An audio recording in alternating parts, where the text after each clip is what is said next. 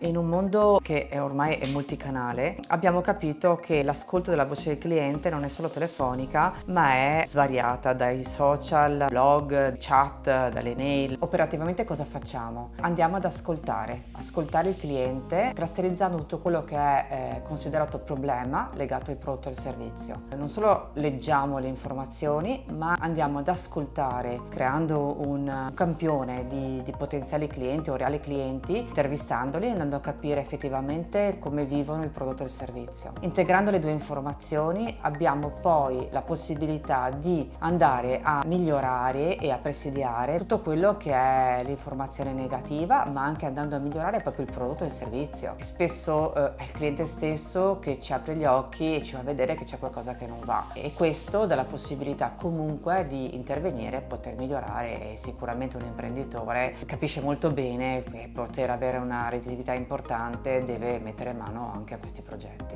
Allora, il nostro servizio inbound sicuramente nasce da un input esterno di un passaparola negativo, quindi l'orgoglio e anche la volontà di poter migliorare il prodotto e il servizio porta a muoversi e a cercare di trovare una soluzione professionale che dia però dei risultati, che non sia solo l'ascolto o la lettura di qualcosa, deve portare poi a risolvere questi problemi. Perché Veneto Ricerche? Perché siamo delle persone umili, operative e concrete. Perché nasciamo da un braccio di Fondazione Agnelli creato circa 25 anni fa, e dove ho sentito proprio dentro di me che era il lavoro che poteva dare un risultato, un supporto alle aziende inizialmente venete, Veneto Ricerche, ma poi alla fine abbiamo dato un supporto a livello nazionale. Siamo molto operative, entriamo proprio nei processi o entriamo nel prodotto, ci piace proprio capire alla fonte il problema, perché un imprenditore quando ti chiama è perché ha un problema,